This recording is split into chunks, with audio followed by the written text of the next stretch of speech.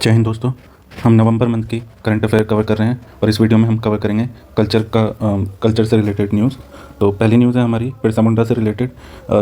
15 नवंबर को जनजातीय गौरव दिवस मनाया जाता है बिरसा मुंडा के बर्थ एनिवर्सरी पे, और ये 2024 में इनकी ये 150th एनिवर्सरी थी।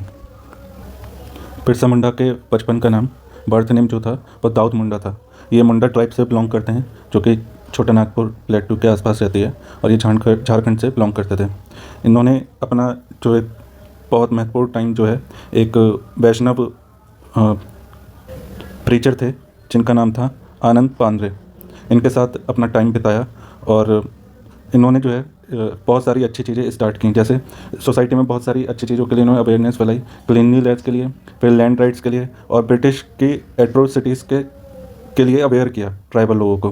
फिर इन्होंने अल्कोहलिज्म के लिए अगेंस्ट मुहिम छेड़ी, और जो ये जादू टोना होता है उसके अगेंस्ट है ये। इन्होंने एक सेक्ट भी फाउंड किया जिसका नाम रखा बिरसैत सेक्ट, जो कि बिलीव करता था वन गॉड, और ये सोशल रिफॉर्म में बिलीव करते थे। जितनी भी कुनीतियाँ थी हिंदू धर्म में तो उनके खिलाफ थे ये, जैसे ये जादू टोना हो गया, विचक्राफ्ट हो गया, और बहुत ज़्यादा शराब वगैरह या दारू वगैरह पीते थे इनके आसपास सोसाइटी में, तो इन सब चीज़ों के खिलाफ थे ये। इन्होंने मुंडा रिपेलियन भी स्टार्ट की जिसके ये लीडर थे, उसे हम उलकुलन मूवमेंट भी बोलते हैं। इस रिपेलियन में इन्होंने क्या किया था कि जो बाहर के लोग आके झारखंड की ज़मीन हड़प लेते थे ट्राइबल लोगों की, उनके अगेंस्ट ये मुहिम थी।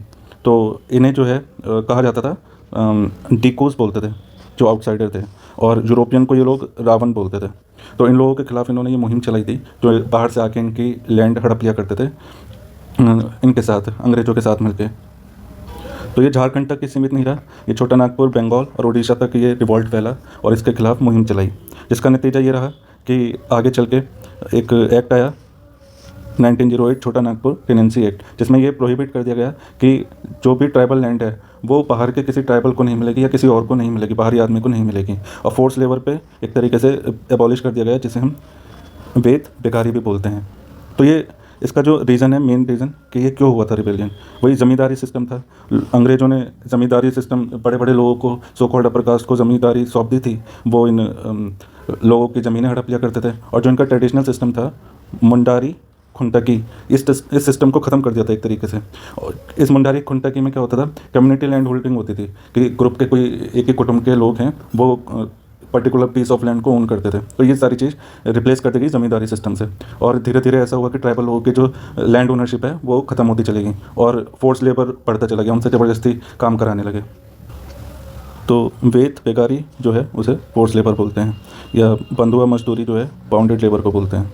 ठीक है, कुछ और ट्राइबल मूवमेंट देख लेते हैं। जैसे संतल हल हुआ था 1855 से 57 तक, इसमें सिद्धू और कान्हू मुर्मू लीडर थे। फिर हुआ ताना भगत मूवमेंट 1920 से 1921 तक, ये लीड किया था जात्रा भगत ने। फिर हुआ था कोया रिवोल्ट 1862 में, फिर 1922 से 24 तक।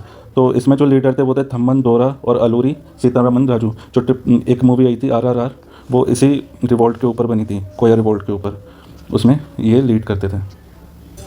फिर नेक्स्ट न्यूज़ है सोहराई पेंटिंग से। हमारे प्राइम मिनिस्टर नरेंद्र मोदी ने Sohrai painting Russian president Vladimir Putin को दी है ड्यूरिंग ब्रिक्स समिट, जो कि कजान रशिया में हुआ है।